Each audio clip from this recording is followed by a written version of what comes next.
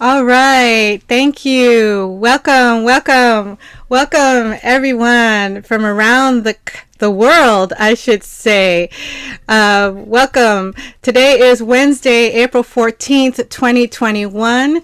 This is Asian Pacific Islander American Studies, American Culture 353, History 454, Asians in American Film and Television course at the University of Michigan, Ann Arbor. I'm Professor Emily Lawsin, or Auntie Emily, as some of the Filipino students call me. Since we are still in a pandemic, we have been meeting virtually all year online. And so thank you for joining us today for Asian American Activism and Documentary Films, a conversation with director Grace Lee and film publicist David Magdael. Please type your name in the chat if you've been with us for our other webinars this semester. Please type your name in the chat. You know the drill, and where you are from. Since that is a microaggression that a lot of us Asian Americans are asked every day. We want to know where you're from, where you're calling in from, where you're logging in from, what your origins are, what indigenous land you may be logging in from. If you're a filmmaker or wannabe filmmaker or Korean American or from Los Angeles, where Grace Lee and David Magdael both live, or if you're from David's hometown of Stockton, California, or from Grace's hometown of Columbus, Missouri, or from my hometown of Seattle, Washington, we want to know that too. So you can use the chat for comments and reactions.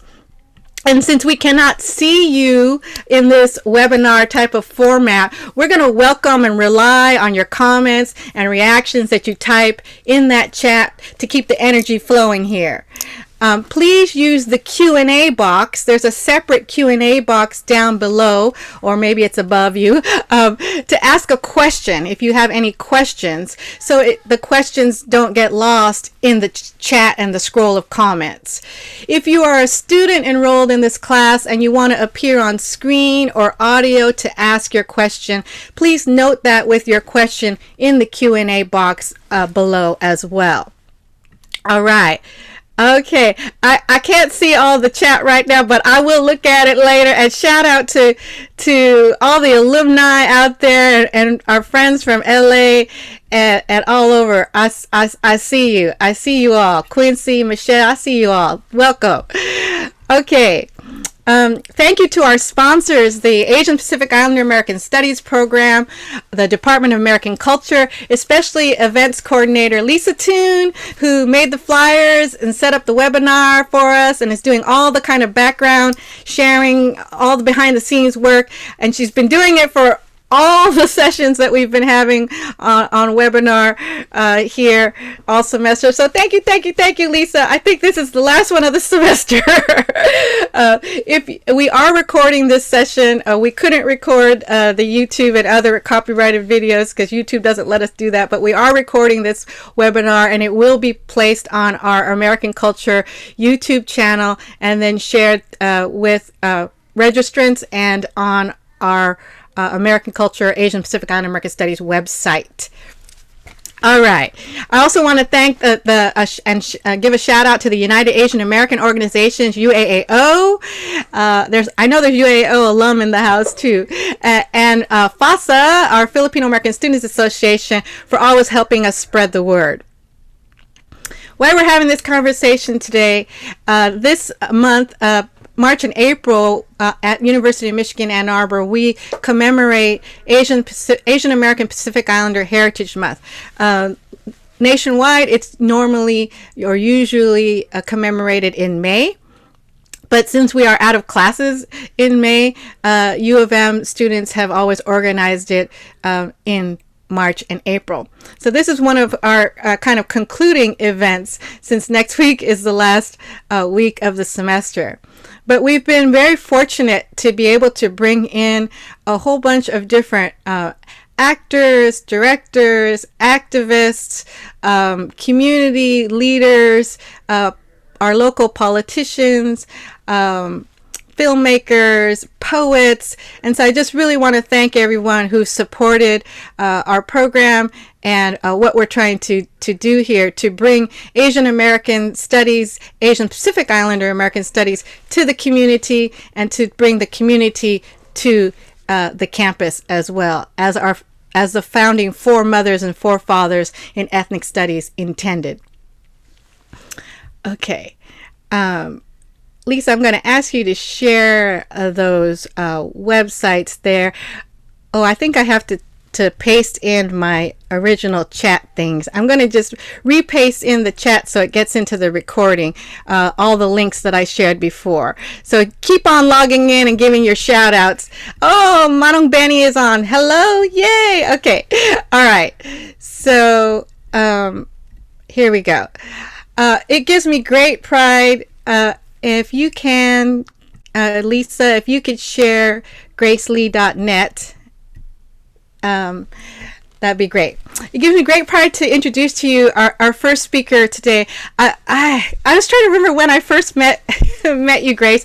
Maybe you can out it. But I think it was when Gracelee Boggs was giving a talk. Oh, you could tell the story at UCLA. But I think it's been, wow, maybe over 20 years. Yeah. Shows I was a baby, but I've seen the progression of everything that Grace has done, and it has been amazing. So let me just read you her formal bio, because you will be amazed. Gracelee is an independent producer and director and writer working in both narrative and nonfiction film. She directed the Peabody Award-winning documentary American Revolutionary: The Evolution of Gracelee Boggs, which the class, actually almost all my classes have to watch usually, which the Hollywood Reporter called a, quote, entertaining, revealing portrait of the power of a single individual to affect change, unquote. The film premiered at the Los Angeles Film Festival, where it won its first of 6 audience awards before its broadcast on the PBS documentary series POV. And did you all catch my cameos? I'm on the bus and on the porch in Maine. Okay, her previous documentary, The Gracelee Project, also won multiple awards, broadcast on the Sundance Channel, and was called ridiculously entertaining by New York Magazine, and a, quote, funny but complex mediation on identity and cultural expectation, but, unquote, by Variety. I'm also in the garden in that one. Other credits include the Emmy-nominated Makers, Women in Politics, and Off the Menu, Asian America, which our food and gender and Asian American communities always watches, Grace, both for PBS. And Janine from Des Moines, set during the 2012 presidential campaign, which premiered at the 2012 Toronto Film Festival, as well as American Zombie, a personal horror film, which premiered at Slam Dance, and it's distributed by Cinema Libre. She has been a Sundance Institute Fellow, a 2017 Chicken and Egg Breakthrough Award winner, an envoy of the American Film Showcase through the USC and U.S. State Department, and is co-founder of the Asian American Documentary Network. She is also an executive committee member of the documentary branch of the Academy of Motion Picture Arts and Sciences.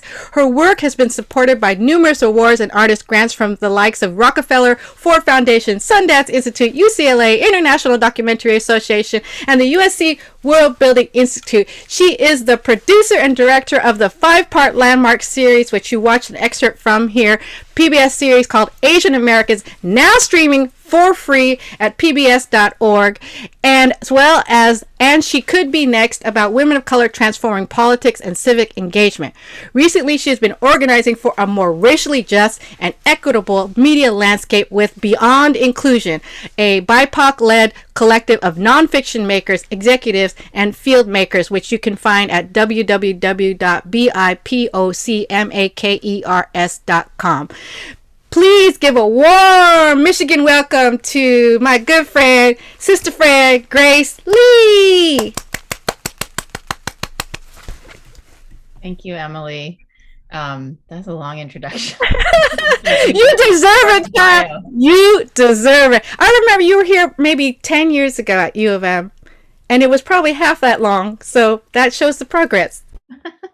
Yes, yes. Well, I just want to say thank you for having me. I have been in person to the University of Michigan to your classes, and I just really appreciate everything that you do for your students and the community and opening this up to more people than just, who's able to take your class. So thank you for doing that, especially in this time.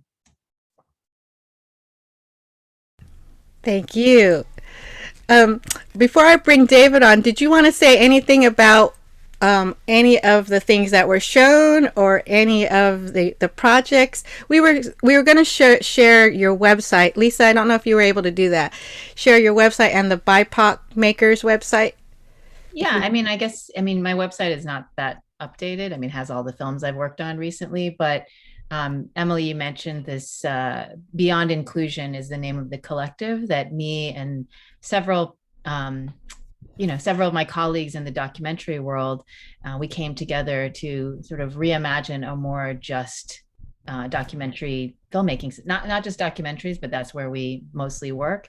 But in this time of great reckoning and transformation, it's really important to think about like who is creating the stories, what kinds of images are we seeing in the media.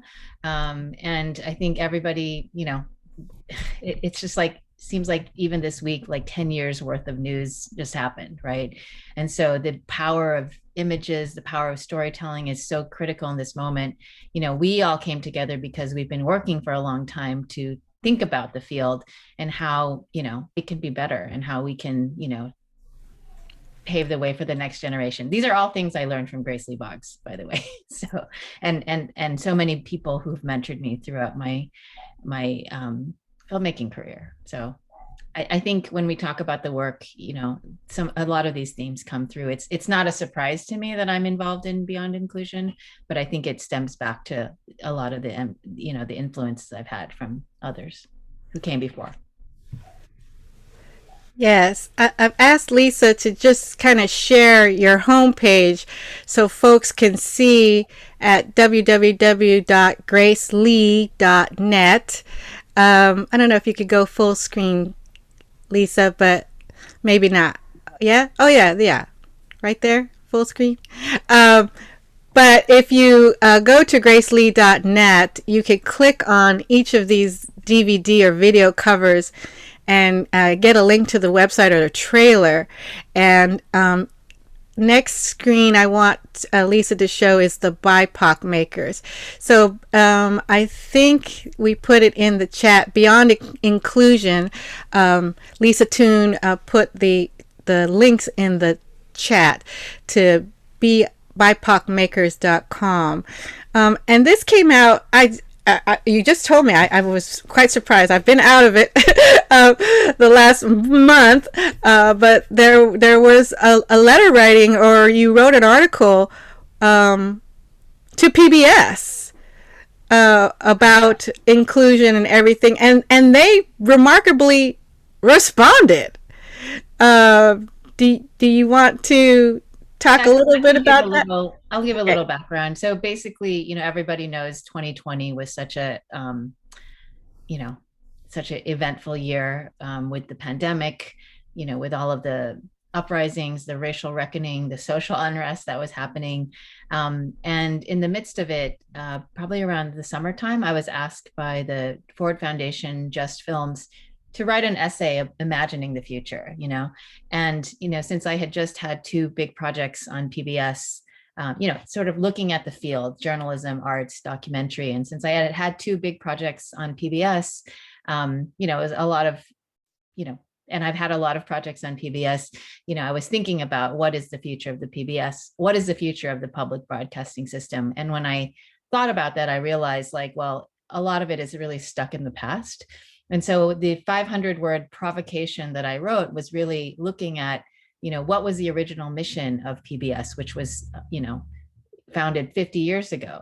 And the original mission, when it was founded, was also in a time of social unrest and racial reckoning, 1969, right? And it was really set up to provide a diversity of perspectives for the public, right?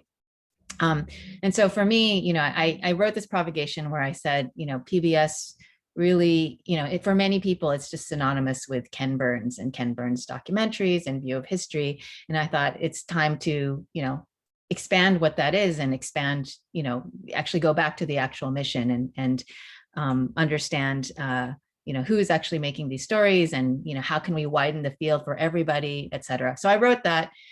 It was picked up by Current Magazine and sort of went, somewhat viral, I guess. And the president of PBS actually responded was asked by journalists to respond to it. And she said, well, I disagree with Grace's argument. I think we're doing a good job. And so, it didn't respond there. But then in February, sorry, I'm telling a long story. In February, at the Television Critics Association, she was asked the question again, because the question has never been answered. What do you think about this article that Grace wrote? And she said, well, I also respectfully disagree. We're doing a good job with diversity. And so that's when Beyond Inclusion, which was a collective that has, existed for a few months, consisting of a lot of people in the field who are doing a lot of this kind of work, we decided we should respond. We're going to write a public open letter, because public broadcasting should be transparent and accountable to the public, to ask, well, what exactly do you disagree with? And is there any data to back it up? So we're just asking we're asking the public broadcasting system to provide us data to look at the access that, filmmakers of color have had as opposed to white filmmakers. And you can read the letter at bipocmakers.com. And you can also sign the letter. We started out with 140 people, filmmakers, many of whom have had work on PBS. And then it's in the last weekend and a half, it's close to 600 names right now. So it's really about engaging the public in a conversation about what is the purpose of public broadcasting. And that's not just about, who's making the content that's on public television, but also who are the audiences, oftentimes we would get comments. I've gotten comments in the past, well, will it play to Milton and Myrtle in Iowa City or something like that? And, I totally get that, but, that's sort of ignoring who PBS was set up in the first place, which is all Americans. And we all know by taking Emily's class, that a diversity of perspectives makes a better America for everybody. We understand that it's meaningful to see the kinds of stories that reflect who we are. And I think that's the essence of this letter and this request. It's made by people who actually care about public media. It's not like it's one of the few places where, it's still mission driven. And we're just asking, just go back to your mission, because that's what it was established for in the first place. It's amazing. Lisa was scrolling up. Lisa, you could continue to scroll up so people can kind of see it. I think there's also a link to the article and the response on there too. All right, thanks, Lisa. I just want to tell you, makibaka, as we say in the Filipino community, fight the struggle. Wag magtakot, don't have no fear, because that's amazing that you did that. And do you want us all to sign? You should read the letter, and sort of understand the arguments that we're putting forth. It's not an incendiary letter. It's what we do as documentary filmmakers is we ask questions and we interpret what's going on around us. And this is what, many of us have been experiencing for a long time. You can't just dismiss, a provocation, which is really, let's think about the future. Let's make it better, right? Don't just shut it down and say, no, we're doing a good job. That's right. Absolutely. All right. Well, I'm going to bring on our next speaker to join in this conversation, because I know he has a lot to say about it. Our next speaker, I can't remember when I met Mang David either. I call him Manong David, or Mang David for short. Manong in Filipino is older brother, or big brother, as some folks say. And I met him through his mother, Auntie Angel. Some of you all in the audience know was legendary in the Stockton and the national Filipino American community. The late Angel MAGDAEL was an incredible force as a a leader in Stockton's Filipino American community, and I met her through our Filipino American National Historical Society, which I now serve as president of. But I was a kid, literally a kid, when I met her, and was so amazed by her.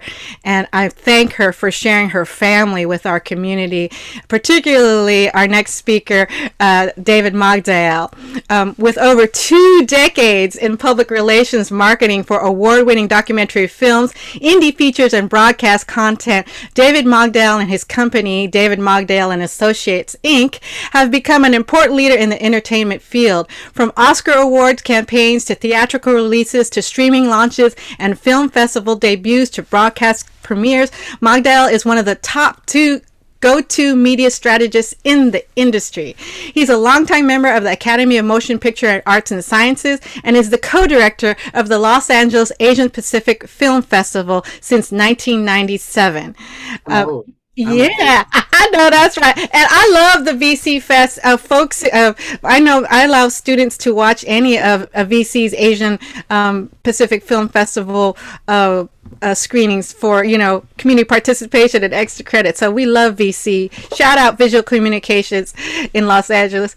David has served as a mentor at the Sundance Institute Docu Producers Lab, Film Independent, IFP, South by Southwest, and other media filmmaker organizations, sharing expertise and knowledge with filmmakers and content creators. He founded the Asian Pacific Filmmaker Experience in 2004 to celebrate Asian Pacific American filmmakers at Sundance every year. He also serves on the board of advisors for the South by Southwest Film Festival and speaks on a number of panels, talkbacks, and discussions from film PR, inclusion, representation, distribution, and strategic planning for films through an array of media arts groups and film festivals, including Sundance, CAM Fest. Shout out to CAM, Center for Asian American Media. We get almost all of our documentaries from CAM. CAAMmedia.org, I think it is. AFI Docs, AFI Fest, SF Film, Hot Docs, TIFF, NYU, UCLA, USC Film Schools, and more. He has several different film projects, including the one that you saw earlier at the top of the hour, Hunger Award, which was nominated for a 2021 Academy Award, and Concerto is a Conversation, also nominated for a 2021 Academy Award for Best Short. Recently, Magdale and his colleague Vince Johnson established a virtual cinema platform during the pandemic in 2020 entitled Open Your Eyes and Think MF, okay, to support films and filmmakers that may not fit within the current distribution exhibition system. The goal is to provide access to films and filmmakers that are challenging and changing the landscape of truth-telling and story creations. These filmmakers include BIPOC, LGBTQ, and other content creators who are on the margins or feel that they are underrepresented. They provide exhibition opportunities, resources, and the creation of meaningful discussions for and by filmmakers who are challenging us to think. The first Open Your Eyes and Think MF film release was the award-winning Mr. Soul, with over 90 cinema partners screening the film virtually and still in virtual cinema going on month 8 with over 25 cinema partners. Recently, Open Your Eyes and Think MF produced, hosted, and presented important film and historic online discussions and talkbacks, including the Filipino Filmmaker Takeover at South by Southwest 2021, the Asian Pacific Filmmakers Oscar Contenders, and Digital Citizenship, How Did We Get Here and What's Next, all of which can be found on their YouTube channel and on their Facebook page. In addition, Magdale is co-executive producer for 76 Days, associate producer for Pure Kids, Ramblin' Freak, and Mr. Soul, and an executive producer for Drops in the Ocean. You could look at his website at www.dmagpr.com. Please give a warm welcome to my manong, my brother friend, David Magdale. So good to be here. Thank you for inviting us. And I'm so happy to be here with Grace Lee. We go way back as well. And I love what Grace has been doing and what you guys are doing with, the whole, the BIPOC revolution that's happening. I mean, in 2020, as we were saying last year, that was a dumpster fire of a year, right? But if you take a look at it, everyone's like moaning, like, oh, it was so bad. But we looked at it as like, this is opportunity, because it made us stand up and take a look at, okay, what do we stand for? We're sitting at home looking at each other. We're trying to find good content. We're looking at all the new media makers. People were like, oh, I can't have my film at the festival because they're not on.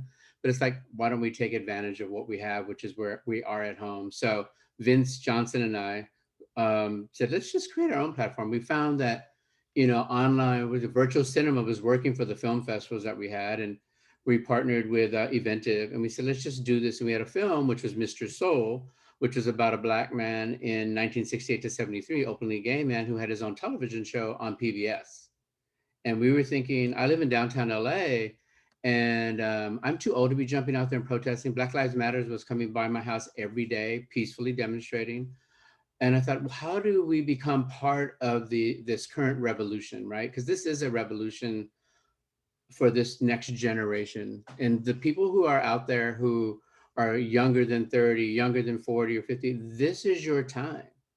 This is your time as artists, as activists, as students, to really take a look what Grace and everybody's doing, right? They're doing. We're not sitting back going like, oh, that's so sad. I mean, this week was a lot, last week was a lot, and everything's a lot. But if we just shut up and say nothing, then we silence equals death.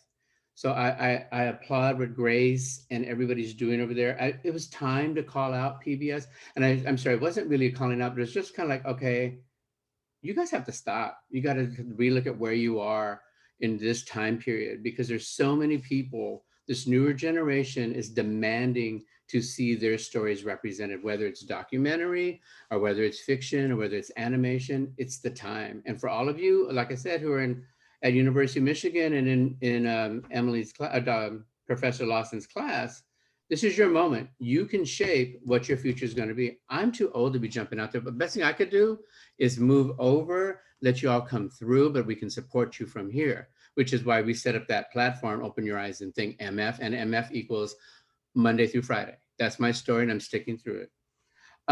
But I just wanted to say what Grace and everyone who signed up on that was doing, because at one point people were calling it, oh, it's anti-Ken Burns. It wasn't about Ken Burns at the end of the day.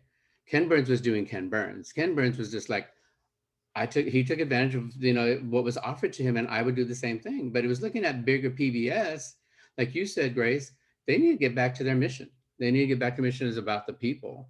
And it's funny that we brought that up, because I looked at all the gatekeepers of a lot of what I saw in 2020 was we looked at the documentary world, and what the light bulb went off, like how that world we all bought into was really not really working. Where go to Sundance, get a good sales agent, be a hit, then maybe you'll get picked up. But it wasn't working for everybody. Maybe 5%, maybe 2%. And it was just like, and I looked at, well, who are the gatekeepers? And it was Mr. Soul that made us think about that, because the gatekeepers were turning it down.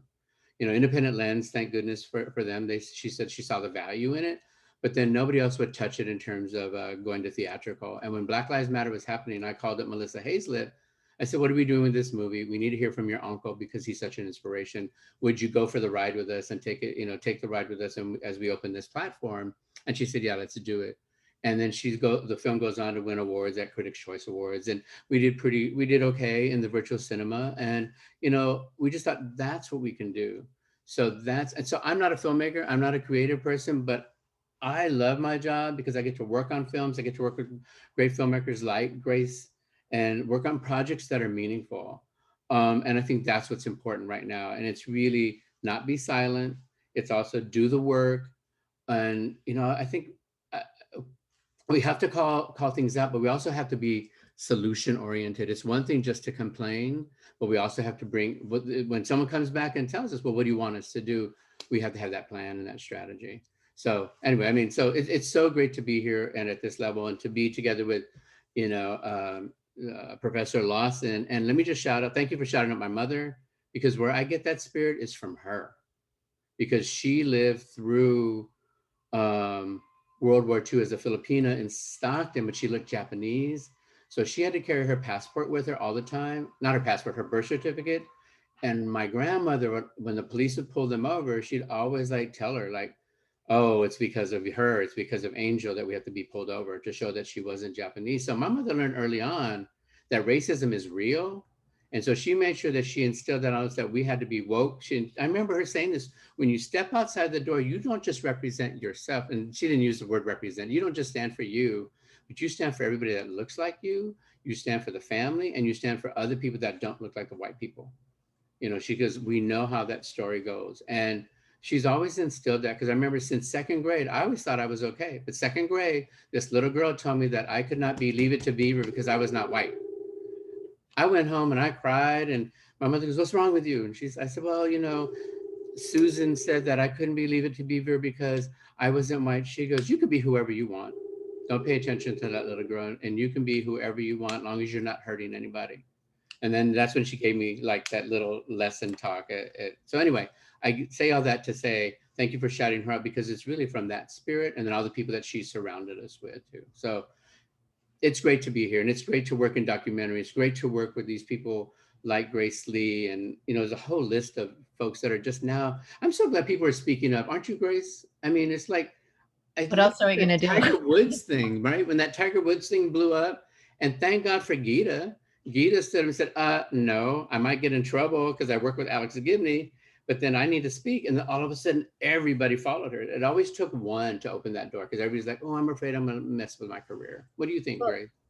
I mean, you know, Gita's a really good friend of mine. And when that happened, she's like, I just did it, you know, but I think it empowered a lot of us, because part of, you know, we're middle-aged now, right? And we have had, you know, been able to, through, you know, by any means necessary, make our films and do what we wanted, right? Because we also had mentors who, you know, helped us along the way.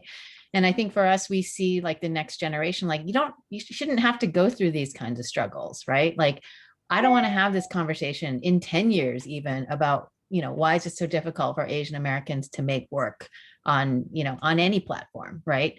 That's why we started ADOC, Asian American Documentary Network. It's like, we can help each other now, you know, like what is the harm in, you know, building community, building collectives that build power. And, you know, honestly, like what Gita did, you know, empowered me to think, you know, and it empowers all of us to know that we're not alone. And that's why it's so exciting that this letter has gotten so much press, so much traction.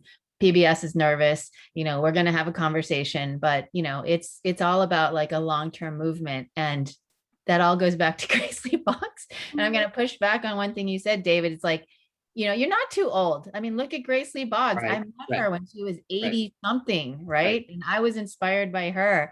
And, you know, she has like, it just continues to like we need those elders' voices. We need people who carry the past with them so they can say, yeah, we've been doing this for a long time. It's your turn next, right? Well, that's why I think, you know, your series, or our series, right?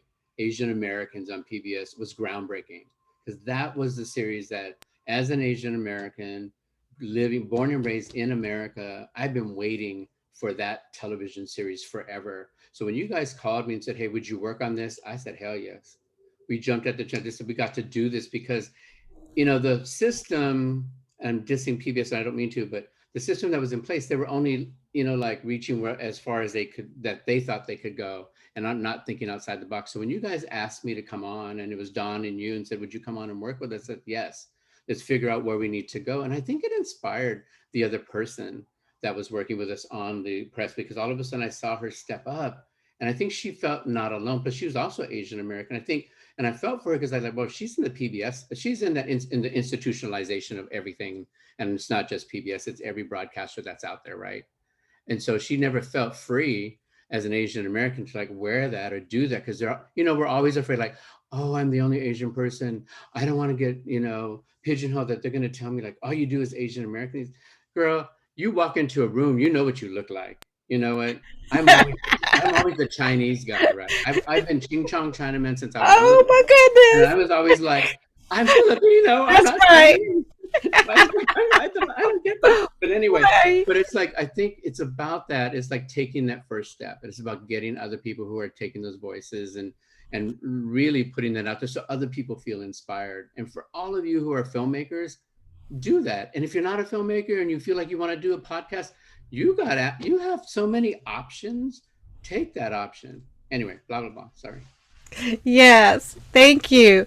I want to just come back to one of the comments on the Asian Americans PBS documentary, since Grace has already called out PBS, and if you all read the letter, she has some really good zings in there. I love the quote, the line that you wrote: "If bison, as in buffalo, could get what is it, 80% of the time that Asian Americans get on on PBS, don't we deserve more?" You said it much better than I should have just read the quote, but it is a good point. And I think a lot of us who are Asian American studies scholars, right, we've had the discussion with you about how difficult this must have been to try to put, what is it, 200 years of history in 5 hours. And I know it wasn't supposed to be only 5 hours, right? And I have to say, I'm biased. I obviously like your episodes the best because they got all my friends in it, but also because it's the activism episodes that you did, and it was very, very well done. I'll just show my bias right now. But do you want to speak a little bit to that, about how because the students did ask this question on our Canvas website. It's like, what were things that you wanted to put into that Asian American PBS series that you just didn't get to? I mean, first of all, it's kind of an impossible task to cram 150 hours. We're not even counting like prehistory. We made a decision to start where there's actually images, and like, first of all, there's no images of the Chinese who built the railroad, like very small, examples in photographs here and there. So 150 hours in 5 hours, of the biggest, the fastest growing community in the United States. That is an impossible task. And so, we had to make a decision, like, sort of look at it thematically. And for me, it was always like, we're never going to get everything. So why try? We're not going to try to make it into like a smorgasbord of everything. It kind of is, but, really like look at the kind of themes for each episode and then find not the most, but the compelling stories that we could actually have access to that sort of interweave with each other.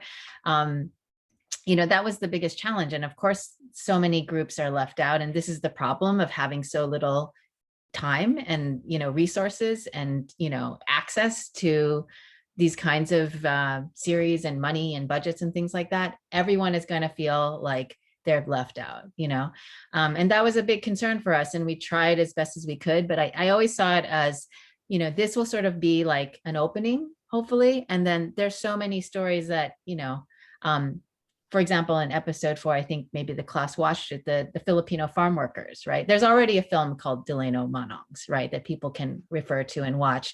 But there's so many stories that, this will open the door for other people to, carry on that one little seed that they saw in Asian Americans, right? Like, I think this could be a recurring series, like every year. If PBS were smart, they would just have like season 2, season 3, season 4 of Asian Americans, right?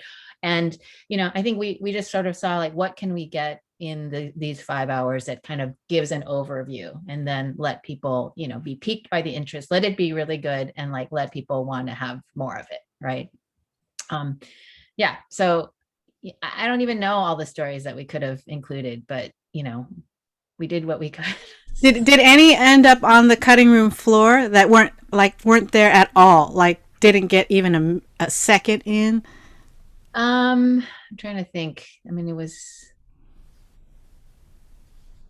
maybe not so much in my episodes. Even like in World War II, like we should have done a lot more about the Filipino veterans, but we just didn't have the time or, the right kinds of interviews. And, I think maybe having some reference in there somebody else can do that, and like, this is interesting. Like when I made American Revolutionary, there was no footage that I could find of Jimmy Boggs, right? And then I found Frances Reed, who had shot this footage back in the 80s and 90s of Jimmy and Grace in Maine, right? And she is an incredible filmmaker, a generation ahead of me. And I knew that someone told me she had this footage, and she just gave it to me to put in the film. And it's such a huge gift. And I hope that we can do the same thing with Asian Americans. Like, whoever that person is going to make that film about X topic, come back to the Asian Americans and say, you know, here's all this footage that we shot. You can do a much more deeper dive into it. The same thing happened for us on Asian Americans. I don't know if people know who Lonnie Ding is, but she's like the godmother of Asian American documentary filmmaking. I worked for her 25 years ago, and footage that she shot, oral histories that she did of, you know, some of the Uno family in episode 2, this very, you know, prolific Japanese American family. You know, most of those people were dead, but, you know, or almost, you know, the last living sibling of 10 siblings was still alive, but, you know, not cognitively able to tell her story. But Lonnie in the 80s has shot footage of her, you know, with oral history interviews that we were able to use in our Asian American series. And that was such an incredible gift. And also knowing that it was Lonnie Ding who made those interviews was incredibly meaningful. So, you know, I hope somewhere down the line, people will be able to use the resources that we had in Asian Americans, and hopefully there'll be much bigger budgets and much, you know, much larger platforms, and much more interest in doing those stories. All right. Awesome. So we have a whole bunch of different questions. I'm going to remind those of you who may have just been joining us. We're asking you to write comments in the chat, but put your questions in the Q&A box so we don't lose them, and so we could keep a record of them, and so they don't get lost in all the great shout outs and chats that are happening there. So if you put a question in the chat, please copy it over to the little Q&A box. I'm going to ask you some questions that we've asked a lot of the guest speakers this term, just to see, you know, how you fit within it, and then we'll go to some of these other questions.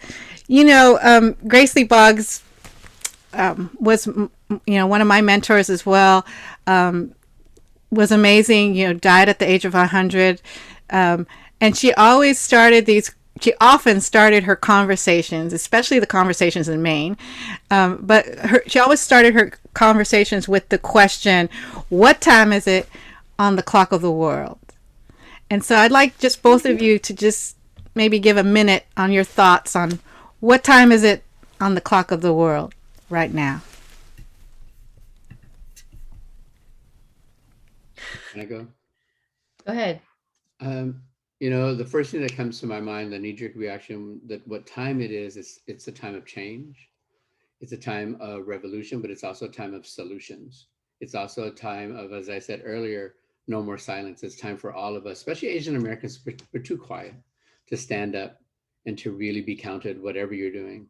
If it's, you know, stop Asian hate, if it's, you know, make the playing field more level with PBS, whatever it is that we don't feel that we're represented, whatever it is that you feel like you need to speak up on, this is the time, and take action, because this is where you can. And also too, I don't know how you guys are feeling, but I just feel this time looking at pandemic has definitely taught us what's essential. What's essential for you as an individual? What's essential for us as a community?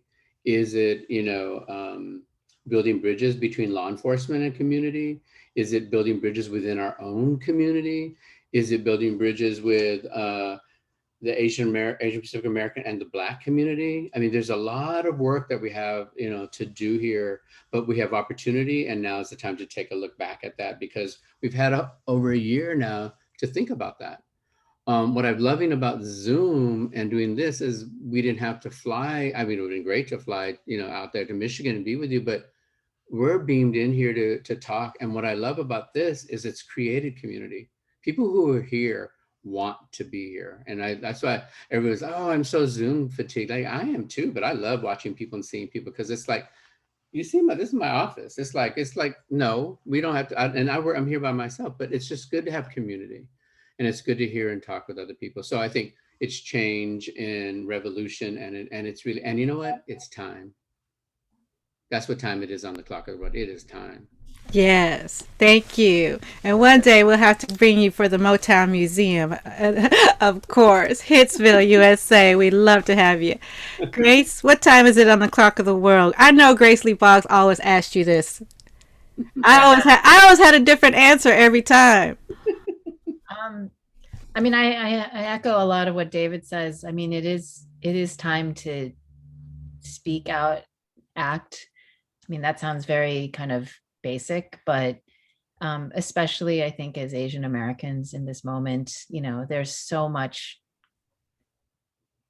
I think a lot of people are understanding this for the first time, understanding like, oh, I'm not a model minority, or even if I am, people are still gonna target me, So, for me, it's really about it's a time of solidarity, I mean, I think that's how I was raised. That's how I learned from others. That's how I find myself in the world in terms of what kinds of films I make, who I choose to make films with, even the Beyond Inclusion letter. I mean, it's time to build community that way. I know people are building community all the time, but across, racial and ethnic lines, I mean, that is even more important than ever. And again, I learned from Grace Lee Boggs, like this, I think it's why I spent so much time with her, because I needed to, I think I had it within me, but I needed to experience it sort of firsthand, watching it like over many years and like getting it sort of deeply embedded in who I am and how I, like expressing that in my own way. Right. Yes. I mean, I think that's what I love about your films is that you are introspective in them, and I appreciate it, and we could see the growth. Some of the students were asking, and I always like to ask you, David mentioned his mother. Do you want to talk a little bit about your family's influence? I know you grew up as a Korean American. You talk about it a lot in the Grace Lee Project. For those of you who haven't seen it, it is streaming on Canopy through UMich, if you'd like to watch it, where Grace goes around and interviews all kinds of Grace Lee people named Grace Lee all over the world. But do you want to talk a little bit about your family's influence on you and growing up, and also their reaction to what you do? Yeah, I was just thinking about this. My parents are Korean immigrants. They were born in Korea under Japanese colonization. So, they grew up colonized people. Then they lived through a civil war, the Korean War, and military dictatorships before immigrating separately to the Midwest. They met in Chicago. My dad came for graduate school. My mom she was able to, even though they were like the first people in their families to get an education, like beyond middle school, they did really well. They were the good students, right? And my dad was able to, come to the University of Iowa State University to get a PhD. He met my mom, who was a resident in Cook County Hospital in Chicago, got a job teaching at the University of Missouri, which is how I grew up in Columbia, Missouri. So, I basically grew up in, middle America, like maybe a lot of you did, in Michigan. And, it was interesting because I had a very sort of two separate existences. One with my family only socialized with other Korean immigrants. And then I had my life at school, basically all American, middle America, heartland, big American high school growing up. And yeah, I mean, I think I was always interested in storytelling, and, I didn't really understand that I was interested in history until I got to college and realized all the history I learned in high school was not really the history I cared about, or it was just kind of, sort of, yeah, not related to me, because in my own family, I had so many stories that I never saw reflected back. I never heard about, World War II from the Asian point of view. I never heard about the Korean War ever. I never heard about like immigration stories. I mean, I'm older than most of you guys, but there was no Asian American studies when I was in college. And so I had to discover that and learn it all on my own. And, it's been an interesting journey to be able to understand that sort of personally, through my own family history, but also, in the process of, have also been very curious throughout my whole life, like trying to understand what that means for me. And I think that comes out through the films that I make and the kind of subject matter that I choose. And so, coming back to Grace Lee Boggs, like, I studied history in college.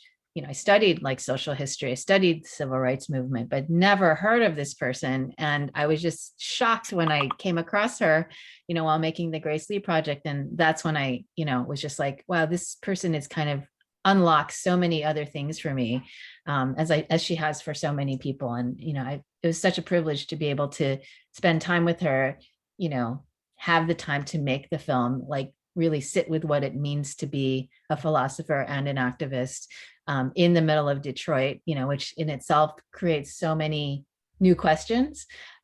So yeah, I don't know. I'm rambling now, but that's my background. Excellent. And were you always going to be a filmmaker? I thought you had another career path you were supposed to take. No idea that anyone could even become a filmmaker. I didn't Exactly. films. What I thought I could do was I liked writing, and I worked for the student. I was editor of the student newspaper in high school. Hey. Yeah. Journalism, that's what I can do because I can ask people questions. Like, I was really shy, and so I thought, like, okay, this will help me like ask, I have a lot of questions, but it's a good excuse to like talk to people, right?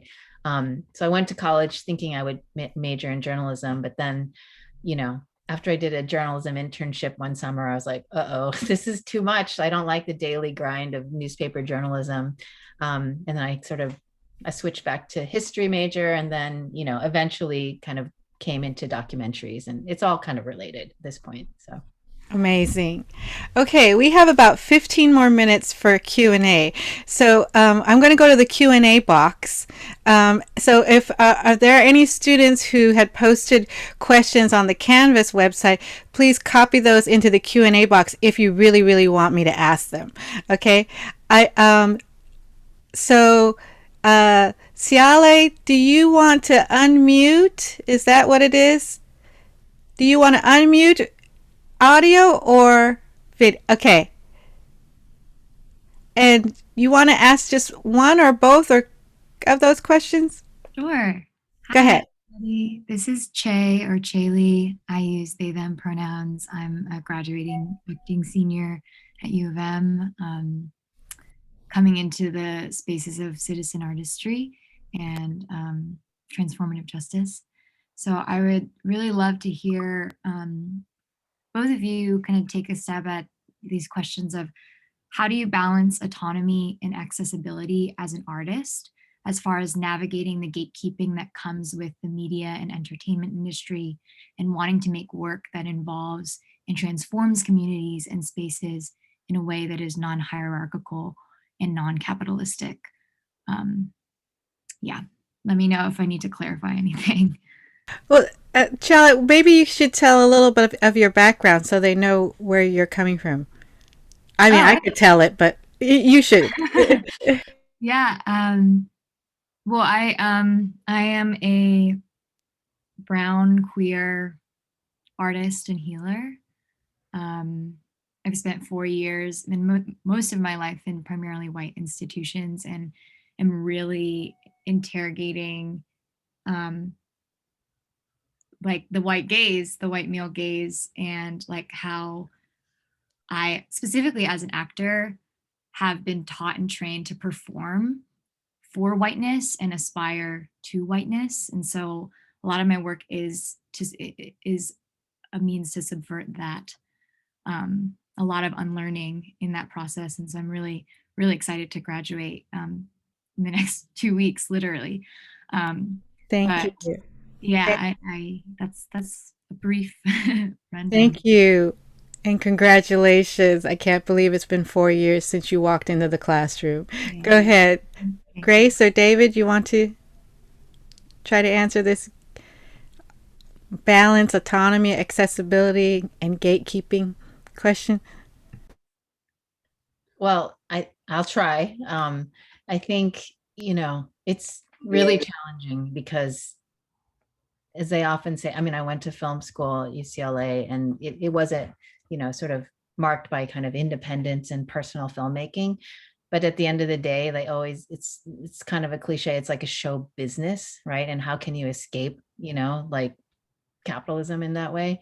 I mean, I think one way, it's constantly evolving, I think, like how you find yourself in different positions, like when you're starting out, like it's like I just need to survive and like get a job, right? Like or for me, a lot of my work, I mean, I've remained an independent filmmaker because it's one way to maintain my autonomy, but at the same time it's like, a lot of times you say, well, it took me 10 years to make American Revolutionary, um, because I was going to make it in the way that that was both personal and also respectful of, Grace Lee Boggs and the community and all of that stuff. I wanted it to be on public television because I wanted it to be accessible to as many audiences as possible. It just felt right. Other things, there's like work for hire, which I do as a job because I need to make a living, right? So I think I have to balance it that way. I'm not in a position that I can just, say this is how I want it to be. It's constantly modulating, I think. David, what would you say? I'd say that too. I think it's like you said, it's creating that balance because we do work in an industry that is on the, part of, it's based on capitalism, but you can use that to your advantage, in a way where you find other like-minded people that are trying to do the same work that you can probably try to come together with, and get them to support your project. And I'm talking about like, remember how we had to go out to, what's her name, to Ava DuVernay, right? Because we knew for the film that you and Marjan were working on, because that could speak to her. So it's people like that who are always creating space for BIPOC and female people who are underrepresented. And that's her mantra. So there are people, she's showing the industry how you can do this and make a living and still be successful. But what she's doing is providing opportunity for a lot of directors and producers who've never worked in the television space because she has her own TV show. And then some other things that they're doing. I mean, she's got the Array crew. If you guys don't know who they are, just Google Ava DuVernay and Array. I think it's arraynow.com, but they have a lot of different programs. In addition to, she knows how to play both sides. And I think as those of us who are people of color and those of us who have certain ideas that may not fit within the Hollywood industry, you just have to find that space where it does fit. For me, I'm lucky because I have my own PR firm, and I work in documentaries, so it's a different space altogether. I'm not saying that it's not a struggle. It's a struggle because you're competing against other things, but nobody wants to be in documentary PR. They all want to be with all the A celebrities. I don't want to go get somebody's dry cleaning. I want to work on films that matter. I want to work on films that are going to inspire people to change something in their life. I like working with real people who are doing real things, or, we get to spend 90 minutes with these people and we see their lives, like they survived Hurricane Katrina and they were like drug addicts before, and now they're like, they were changed, and you could see that happen on film. I mean, that's why I love being in the documentary space just for myself, because it feeds my soul as a community person. And I remember making that conscious decision about the second or third year into doing film, was like, I think this is the space that I want to be in. Because prior to this, I was doing PR for hospitals, HIV, medical stuff, and public affairs. They paid a whole lot of money than what we're doing now, but it wasn't feeding me. It wasn't satisfying. And then for you, Tiale, I'm saying your name right? Tiale? You're an actor. Use your, whatever it is that you want to do. You're going to have to create your own space at some point. I mean, you're going to have other people that are writing things, but I think the best place is really for you to write your own, just to get that started. So that way you're feeding your soul and you're able to do that, versus like feeling defeated by like, oh, I hate this, industry. But you can learn to like embrace it for what it is for you. So I think it's really just turning that into what is that going to be for you, as you move forward. And it could be creating your own films or your own pieces, performance art. Because I know a lot of Asian Americans, both Asian American men and women, have a hard time getting these roles. It's just really difficult. There's not a whole lot written for them. It's starting to change. We see more of us on television. I remember being here for the Dante Bosco thing, and he was great because he's doing his own thing, but he's always done his own thing, but also been able to play on both sides. like Grace was saying, you got to take work for hire. So I think you just have to, this is so silly, but you have to figure it out what's going to work for you, but understand that the system is the system, but you can also work within the system, but also you can make the system work for you. Awesome. I also want to recommend, I've been meaning to recommend to you our friends from Broadway Barcada. Some really great Filipino American actors who are mostly based in Broadway. A couple of them are U of M alumni, but they do great work and they bond together because, especially now since the pandemic, since a lot of Broadway theaters, actually all Broadway theaters are closed. And so they've been doing online organizing and before that they were doing a lot of fundraisers and things like that for the community. And so we love them, and shout out to Broadway Barcada.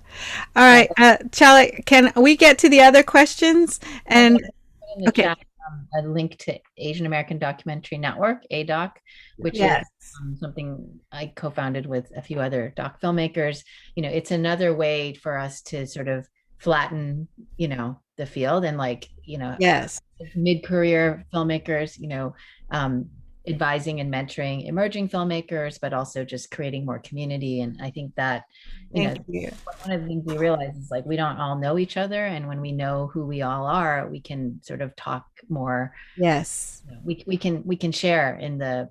Yes. But I think that's the other thing too. I think we as a community, we don't know who all the other artists are. And I think that's the other thing that we have to do on our own is we have to educate each other and ourselves, like who else is out there. So, for all of you that are in here, take a look at all the different Asian American film festivals that are around. There are at least 14 or 16. And it doesn't always have to be New York, LA, San Francisco. You can go around and see because they're there. And Seattle, Texas, Seattle, I think DC, Philly, Chicago, Philadelphia. Yep.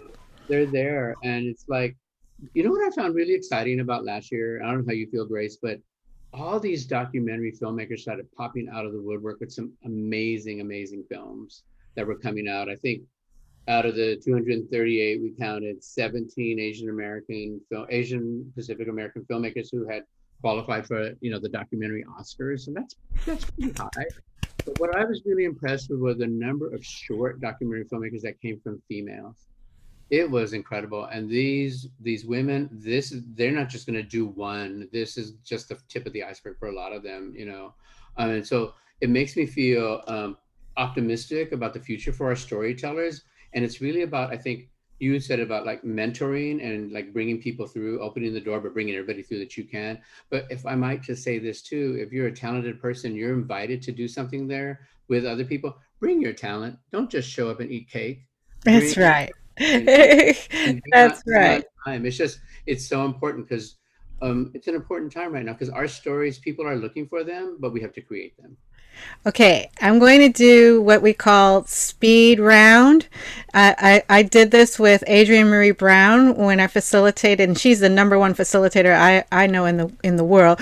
But I'm going to ask you these lists of questions from the Q&A box, and I'm going to just ask you to try to answer one of you answer in 1 to 5 words. Okay, so we try to get through it, but we'll have a copy of these to try to get to too. All right, okay. So I think we answered Che's question. So Anonymous asked, "What are the best ways for undergrad students to volunteer, join the movement? Where are the opportunities?" I would say go to the Asian American Media Arts Organizations if you want to start there, and then go to ADOC Network. Excellent. Oopsie, that's my timer.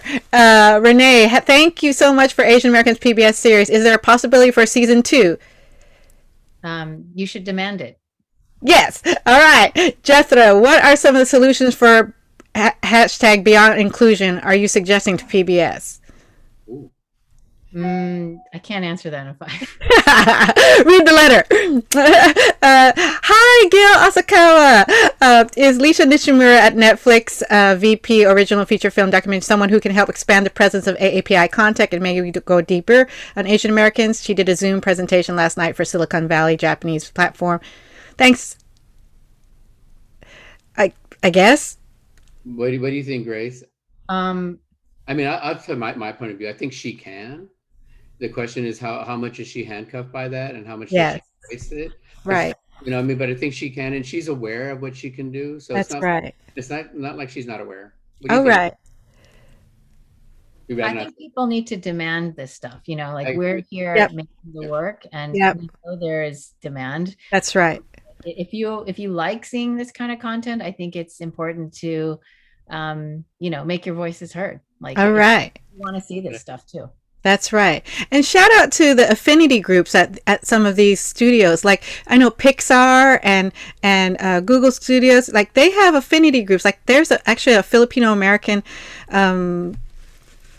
artists at Pixar who've been meeting with our Filipino American National Historical Society and supporting us. And so shout out to them for, you know, finding each other and finding their roots. Like I always say, find your people. Sharon, yeah, stay on afterwards and we'll try to chat. My colleague, Professor Yi-Li Wu from Women in Gender Studies, what I find remarkable about PBS responses to Grace is that they say they have 35% of nonfiction programming by diverse filmmakers. First, since when is 35% enough? True. Second, how can we get PBS, etc., to get beyond the idea that diversity is simply about metrics, and once we hit the right number, everything's fine? Second, it is quite striking that PBS's defense is essentially to say we're not racist. Some of our best friends are black. Quote from the article, according to a spokesman, over the past 5 years, PBS has aired 58 hours of programming for Burns and 75 hours of projects by Henry Louis Gates Jr., African-American scholar, director, executive producer, and host of programs like The Black Church and Finding Your Roots. How do we get institutional conversations about diversity to go beyond black and white? Yes. I don't think you could answer that in 1 to 5 words, but you could try. I mean, with Beyond Inclusion, we're a coalition of, you know, a really diverse array of producers. So I think it's important for us, you know, like, yes, I started the letter and stuff, but it's really important for me it's important for me to be visible as an Asian American. Yes, I totally own that. But, you know, we're very intentional, just like I'm intentional when I'm picking my crews and who's working on the projects and the subject matter. We're intentional about who's speaking for the group, you know, like we have Black, Indigenous, Latinx, Asian American, Arab American, Middle Eastern, queer, you know, all kinds of folks who can speak for Beyond Inclusion. It's not just one person's struggle or one group's struggle. Okay, there's a lot of good questions left, but we are out of time. I just want to ask the both of you, there's some questions about like Grace and Grace Lee Boggs, and what we could do about to live her legacy through the future, and how can we protect ourselves in the public sphere, especially since these, you know, acts of hate have been happening more regularly now. And then where do we send community event footage and those kinds of things. So I'll just give you maybe, you know, 30 seconds to give a closing remark or whatever else you want to say. David, maybe you go, because Grace just spoke. 30 seconds. Wow. I just want to say, you know, I encourage all of you who are in here to really just do the work, bring your work, make your work if that's what you're doing, but get involved. And just be inspired to just keep moving it forward. This is your time. This is our time. You can really shape what's going to be happening in the future. Yeah, I often think, you know, there's so many great Grace Lee Boggs quotes, you know, in the film and just in her writings and in her existence. And I always come back to what she says to Julia Putnam, who was starting the Boggs School at the time, is you make your path by walking. Like there is no, you don't know there's no blueprint for any of this when you're trying to create change. And I think that, you know, even with Beyond Inclusion, when I wrote that thing for Ford Foundation about PBS, I didn't know what was going to happen, right? And it's just, we're sort of building it as we go along. And I think that's, you know, as someone who works and lives in documentary and sort of kind of spontaneous sort of following what's going on, it's very exciting. And it's also full of creativity. And I think that, you know, just go out there and start it, you know, start the conversation, start the project. You don't know where it's going to go. You know, it could lead you to a class like this. So. Awesome. I want to encourage everyone to check out the Allied Media Projects, alliedmedia.org. That is an organization just taken straight out of Detroit Summer, straight out of Grace Lee Boggs is teaching. Everyone there has been mentored by Grace. I used to serve on the board there. They usually hold a conference every 1 or 2 years now. Last year was online, and it's all kinds of media makers who believe in social justice. So alliedmedia.org. I was trying to put it in the chat and it keeps auto-correcting on me, but you get the gist. All right, well, thank you, sister friend Grace, and thank you, Manung David. Thank you everyone for attending, everybody throughout the world. We had, I think, about 150 people. We had more than that registered, so thank you everyone, and thank you to Lisa. We should take our little a little screenshot, but I'm going to stop the recording. Thank you, everyone. Thank you. Thanks for having us. Thank you.